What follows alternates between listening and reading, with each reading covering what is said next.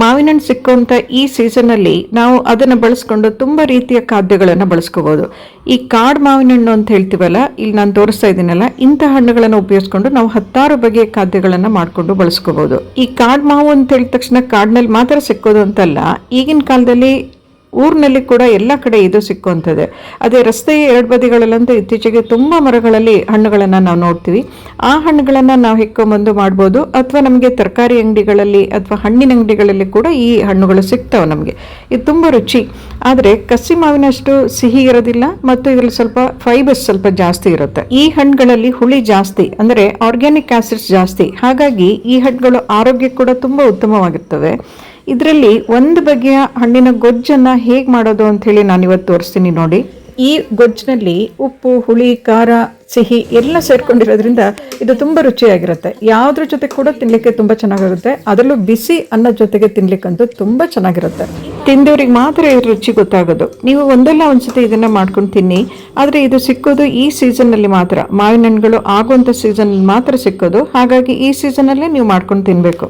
ಈ ಸೀಸನ್ನಲ್ಲಿ ಮಳೆ ಅಥವಾ ಗಾಳಿ ಬಂದಾಗ ಹಣ್ಣಾಗಿರೋಂಥ ಮಾವಿನ ಹಣ್ಣುಗಳು ಉದುರಿ ಬೀಳ್ತವೆ, ಕೆಳಗಡೆ ಬೀಳ್ತವೆ. ಅವುಗಳನ್ನು ನಾವು ಹೆಕ್ಕೊಂಬರ್ಬೇಕು. ಅವುಗಳನ್ನು ಮನೆಗೆ ತಂದು ಚೆನ್ನಾಗಿ ತೊಳೆದ್ಬಿಟ್ಟು ಅದರ ತೊಟ್ಟಿನ ಭಾಗದಲ್ಲಿ ಸ್ವಲ್ಪ ಅದನ್ನು ಕೆತ್ಬಿಟ್ಟು ಅದರ ಸಿಪ್ಪೆಯನ್ನು ತೆಗಿಬೇಕು. ನನ್ಗೆ ಇವತ್ತು ಒಂದು 10-15 ಮಾವಿನ ಹಣ್ಣು ಸಿಕ್ಕಿದೆ, ಸ್ವಲ್ಪ ದೊಡ್ಡ ಸೈಜಿಂದು.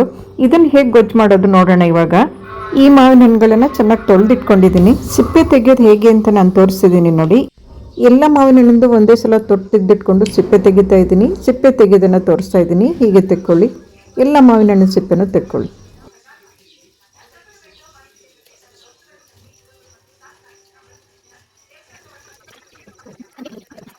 ಸಿಪ್ಪೆ ತೆಗೆದಾಗಿದೆ. ಈಗ ನೋಡಿ ಎಷ್ಟು ಚೆನ್ನಾಗಿ ಕಾಣ್ತಾ ಇದ್ದೇವೆ ಅಂತ, ಕಲರ್ ಎಷ್ಟು ಚೆನ್ನಾಗಿದೆ ನೋಡಿ, ಅದರ ಸೈಜ್ ನೋಡಿ ಎಷ್ಟು ಚೆನ್ನಾಗಿದೆ ಅಂತ ಹೇಳಿ. ಆ ನಂತರ ಸಿಪ್ಪೆಯಲ್ಲಿರೋ ರಸವನ್ನು ಕೂಡ ನಾವು ಹಿಂಡ್ಕೋಬೋದು. ನಂತರ ಈ ಮಾವಿನ ಹಣ್ಣುಗಳನ್ನು ಸ್ವಲ್ಪ ಹಿಂಡಬೇಕು. ಹಿಂಡೋದು ಅಂತ ಹೇಳಿದ್ರೆ ಅದರಲ್ಲಿರೋಂಥ ರಸ ಪೂರ್ತಿ ಹೋಗೋ ಹಾಗೆ ಅಲ್ಲ, ಸ್ವಲ್ಪ ರಸ ಅದರಲ್ಲೇ ಉಳಿಯೋ ಹಾಗೆ ಮಾಡಿ ಹೆಚ್ಚಿನ ರಸವನ್ನು ಹಿಂಡ್ಕೋಬೇಕು ನಾವು. ಈ ರೀತಿ ಮೊದಲು ಹೇಗಿತ್ತು, ಈಗ ನೋಡಿ ಹೇಗಾಗಿದೆ ಅಂತ. ನಾನಿವತ್ತು ಮಾಡ್ತಿರೋಂಥ ಮಾವಿನ ಹಣ್ಣಿನ ಈ ರೀತಿಯ ಗೊಜ್ಜಿಗೆ ಬೇಕಾಗಿರೋದು ಇಷ್ಟೇ ಇಂಗ್ರೀಡಿಯೆಂಟ್ಸು. ಸ್ವಲ್ಪ ಕೊತ್ತಂಬರಿ ಬೀಜ, ಜೀರಿಗೆ, ಬೆಲ್ಲ, ಉಪ್ಪು, ಕೆಂಪು ಮೆಣಸಿನ ಪುಡಿ ಹಾಕ್ತಾಯಿದ್ದೀನಿ ನಾನು. ಹಸಿಮೆಣಸು ಕೂಡ ಬಳಸ್ಕೋಬೋದು. ಇದಲ್ಲದೆ ಸ್ವಲ್ಪ ಕಾಯಿ, ಜೊತೆಗೆ ಒಗ್ಗರಣೆಗೆ ಸಾಸಿವೆ ಮತ್ತು ಕರಿಬೇವಿನ ಸೊಪ್ಪು ಅಷ್ಟೇ. ಮಾವಿನ ಹಣ್ಣಿನ ಎಲ್ಲ ಖಾದ್ಯಗಳಿಗೂ ಇಷ್ಟನೇ. ತುಂಬ ಇಂಗ್ರೀಡಿಯೆಂಟ್ಸ್ ತುಂಬ ಕಡಿಮೆ, ಆದರೆ ತುಂಬ ರುಚಿ ಇದು. ಇನ್ನೊಂದು ವಿಷಯ ಕೇಳಿ, ಮಾವಿನ ಹಣ್ಣನ್ನು ಇದೆಲ್ಲದಕ್ಕಿಂತ ಈ ರೀತಿ ಎಲ್ಲ ಮಾಡ್ಕೊಂಡು ತಿನ್ನೋಕ್ಕಿಂತ ನನಗೆ ಹಾಗೆ ತಿನ್ನೋದು ಅಂದರೆ ನನಗಂತೂ ತುಂಬ ಇಷ್ಟ. ನಾನು ಈ ರೀತಿ ಮಾವಿನ ಹಣ್ಣು ಸಿಕ್ಕಿದ್ರೆ ಒಂದು 15-20 ಮಾವಿನ ಹಣ್ಣಾದರೂ ಹಾಗೆ ತಿನ್ಬಿಡ್ತೀನಿ. ಊಟಕ್ಕೆ ಬೇಕು ಅಂದಾಗ ಈ ರೀತಿಯ ಗೊಜ್ಜುಗಳನ್ನು, ಬೇರೆ ಬೇರೆ ರೀತಿಯ ಖಾದ್ಯಗಳನ್ನು ಮಾಡ್ಕೊಳ್ಳೋದು. ನನಗೆ ಸಿಕ್ಕಿರೋ 15-20 ಮಾವಿನ ಹಣ್ಣಿಗೆ ನಾನು ತೊಗೊಂಡಿರೋದು ನೋಡಿ ಇಷ್ಟೇ. ಕೊತ್ತಂಬರಿ ಬೀಜ, ಇಷ್ಟು ಜೀರಿಗೆ, ಇಷ್ಟು ಬೆಲ್ಲ, ಸ್ವಲ್ಪ ಉಪ್ಪನ್ನು ಆಮೇಲೆ ಬೇಕಿದ್ರೆ ನೋಡ್ಕೊಂಡು ಹಾಕ್ಕೋಬೋದು, ಮತ್ತು ಸ್ವಲ್ಪ ಕೆಂಪು ಮೆಣಸಿನ ಪುಡಿಯನ್ನು ನಾನು ಇಷ್ಟನ್ನು ತೊಗೊಂಡಿದ್ದೀನಿ. ಈಗ ಇವೆಲ್ಲವನ್ನು ಕೂಡ ಮಿಕ್ಸಿಗೆ ಹಾಕ್ಕೊಳ್ತೀನಿ. ಮೊದಲು ಕಾಯಿ ಹಾಕ್ತಾಯಿದ್ದೀನಿ ನೋಡಿ. ಕಾಯಿಯನ್ನು ನಾನು ಚಿಪ್ಪಲ್ಲಿ ಇಟ್ಕೊಂಡಿದ್ದೀನಿ. ಕಾಯಿ ತೊಳೆದ್ಮೇಲೆ ಚಿಪ್ಪಲ್ಲಿ ಇಟ್ಕೊಳ್ಳೋದು ನನ್ನ ಅಭ್ಯಾಸ ಆಗಿರುತ್ತೆ. ಸ್ವಲ್ಪ ಕಾಯಿನ ತೊಗೊಂಡಿದ್ದೀನಿ, ಅದರ ಜೊತೆಗೆ ಎಲ್ಲ ಇಂಗ್ರೀಡಿಯೆಂಟ್ಸ್ನ ಹಾಕ್ಕೊಂಡು ಈಗ ಇದನ್ನು ಅರಿತೀನಿ. ಇದನ್ನು ತುಂಬ ನಯವಾಗಿ ಅರಿಬಾರ್ದು, ಅಥವಾ ತುಂಬ ತರಿ ಕೂಡ ಇರಬಾರ್ದು. ಸ್ವಲ್ಪ ಮೀಡಿಯಮ್ ಸೈಜಲ್ಲಿರೋ ಹಾಗೆ ಇದನ್ನು ಅರ್ಕೋಬೇಕು. ಅರ್ಧಾದ್ಮೇಲೆ ಇದನ್ನು ನಾನು ಹಿಂಡ್ಕೊಂಡಿರೋ ಮಾವಿನ ಹಣ್ಣಿಗೆ ಇದನ್ನು ಸೇರಿಸ್ಕೊತೀನಿ. ಈಗ ಸ್ಟವ್ ಮೇಲೆ ಒಂದು ಬಾಂಡಿಯನ್ನು ಇಟ್ಕೊಂಡು 1 ಚಮಚ ಎಣ್ಣೆ ಸಾಕು, ಜಾಸ್ತಿ ಏನು ಬೇಕಿಲ್ಲ. ಅದಕ್ಕಾದ್ಮೇಲೆ ಸ್ವಲ್ಪ ಸಾಸಿವೆ, ಜೀರಿಗೆಯನ್ನು ಹಾಕಿ ಸಿಡಿಸ್ಕೊಂಡು ಕರಿಬೇವಿನ ಹಾಕ್ಕೊಂಡ್ರೆ ಮುಗಿಯುತ್ತಲ್ಲಿಗೆ. ಒಗ್ಗರಣೆಗೆ ಇಷ್ಟೇ ಬೇಕಾಗಿರೋದು. ಹಿಂಗೆ ಬೇಕಿದ್ರೆ ನೀವು ಹಾಕ್ಕೋಬೋದು. ಹಿಂಗೆ ಹಾಕಿದರೆ ಆಸಿಡಿಟಿ ಇದ್ದವರಿಗೆ ಒಳ್ಳೆಯದಾಗುತ್ತೆ. ನಾನೇನಿಲ್ಲಿ ಹಿಂಗೆ ಹಾಕ್ತಾ ಇಲ್ಲ. ಸಾಸಿವೆ ಸ್ವಲ್ಪ ಜಾಸ್ತಿನೇ ಬೇಕಾಗುತ್ತೆ ಇದಕ್ಕೆ. ಹಾಗಾಗಿ ನಾವು ಇದನ್ನು ಮಾವಿನ ಹಣ್ಣಿನ ಸಾಸಿವೆ ಅಂತ ಕೂಡ ಕರಿತೀವಿ. ಈಗ ನಾವು ರೆಡಿ ಮಾಡಿ ಇಟ್ಕೊಂಡಿರೋಂಥ ಕಿವುಚಿರೋ ಮಾವಿನ ಹಣ್ಣು ಮತ್ತು ಖಾರದ ಮಿಕ್ಸನ್ನು ಹಾಕಬೇಕು. ಈಗ ಇದನ್ನು ಚೆನ್ನಾಗಿ ಮಿಕ್ಸ್ ಮಾಡಿಬಿಟ್ಟು ಮೀಡಿಯಮ್ ಉರಿಯಲ್ಲಿ ಇದನ್ನು ಕಾಯಿಸ್ತಾ ಹೋಗಬೇಕು. ಸ್ವಲ್ಪ ಕುದಿ ಬರಬೇಕಿದು.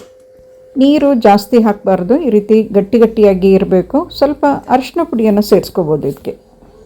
ಇದು ಸ್ವಲ್ಪ ಕುದಿ ಬರಬೇಕಾಗಿರೋದ್ರಿಂದ ಇದನ್ನು ಮುಚ್ಚಿಟ್ಟು ಆಗಾಗ ಸ್ವಲ್ಪ ತಿರುಗಿಸ್ತಾ ಇರಬೇಕು. ಯಾಕೆಂತ ಹೇಳಿದ್ರೆ ಇದು ತಳ ಹಿಡಿಯುವಂಥ ಚಾನ್ಸಸ್ಸು ತುಂಬ ಜಾಸ್ತಿ ಇರುತ್ತೆ ಇದರಲ್ಲಿ.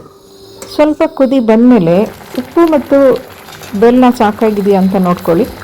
ರುಚಿಗೆ ತಕ್ಕಷ್ಟು ಉಪ್ಪನ್ನು ಮತ್ತು ಬೆಲ್ಲವನ್ನು ಸೇರಿಸ್ಕೊಳ್ಳಿ. ಯಾಕೆಂತ ಹೇಳಿದ್ರೆ ನಾನು ಕಡಿಮೆ ಉಪ್ಪು ತಿನ್ನೋದ್ರಿಂದ ಸ್ವಲ್ಪ ಕಡಿಮೆ ಉಪ್ಪು ಹಾಕಿದ್ದೀನಿ. ಜೊತೆಗೆ ಬೆಲ್ಲ ಇಂತಿಷ್ಟೇ ಅಂತ ಹೇಳಲಿಕ್ಕಾಗಲ್ಲ. ಆಯಾ ಮಾವಿನ ಹಣ್ಣು ಮೇಲೆ ಡಿಪೆಂಡ್ ಆಗಿರುತ್ತೆ. ಕೆಲವು ಮಾವಿನ ಹಣ್ಣು ಸ್ವಲ್ಪ ಹುಳಿ ಜಾಸ್ತಿ ಇರುತ್ತೆ, ಬೆಲ್ಲ ಸ್ವಲ್ಪ ಜಾಸ್ತಿ ಬೇಕಾಗುತ್ತೆ. ಇನ್ನು ಕೆಲವು ಮಾವಿನ ಹಣ್ಣು ಸಿಹಿ ಜಾಸ್ತಿ ಇರುತ್ತೆ, ಸ್ವಲ್ಪ ಹುಳಿ ಕಡಿಮೆ ಇರುತ್ತೆ, ಹಾಗಾಗಿ ಸ್ವಲ್ಪ ಬೆಲ್ಲ ಕಡಿಮೆ ಆಗುತ್ತೆ. ನಾವು ನೋಡಿಕೊಂಡು ಅದು ಯಾವ ರೀತಿಯ ಮಾವಿನ ಹಣ್ಣು ಅಂತ ನೋಡ್ಕೊಂಡ್ಬಿಟ್ಟು ನಾವು ಎಷ್ಟು ಬೇಕು ಬೆಲ್ಲ ಅಷ್ಟನ್ನು ಸೇರಿಸ್ಕೋಬೇಕು.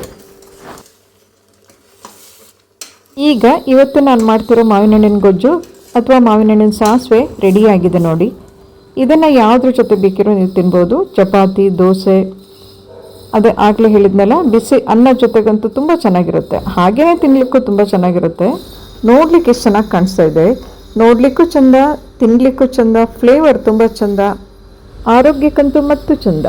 ನಿಮಗೆ ಎಲ್ಲಿ ಮಾವಿನ ಹಣ್ಣು ಸಿಕ್ಕಿದ್ರೂ ಬಿಡಬೇಡಿ, ಈ ರೀತಿ ಯಾವುದಾದ್ರೂ ಒಂದು ಐಟಮನ್ನು ಮಾಡ್ಕೊಂಡು ತಿನ್ನಿ. ಇನ್ನೂ ಏನೇನು ಮಾಡ್ಬೋದು ಅಂತ ಮುಂದೆ ನನಗೆ ಮಾವಿನ ಹಣ್ಣು ಸಿಕ್ಕಿದ್ರೆ ಮಾಡಿ ತೋರಿಸ್ತೀನಿ, ನೋಡ್ತಾ ಇರಿ. ನಾನು ಹಾಕುವಂಥ ಎಲ್ಲ ವಿಡಿಯೋಗಳನ್ನ ನೋಡ್ತಾ ಇರಿ. ನನ್ನ ವಿಡಿಯೋಗಳು ನಿಮ್ಗೆ ಇಷ್ಟ ಆದರೆ ಲೈಕ್ ಕೊಡಿ, ಕಾಮೆಂಟ್ ಮಾಡಿ, ಶೇರ್ ಮಾಡಿ, ನನ್ನ ಚಾನಲ್ಗೆ ಸಬ್ಸ್ಕ್ರೈಬ್ ಆಗಿ. ಧನ್ಯವಾದಗಳು.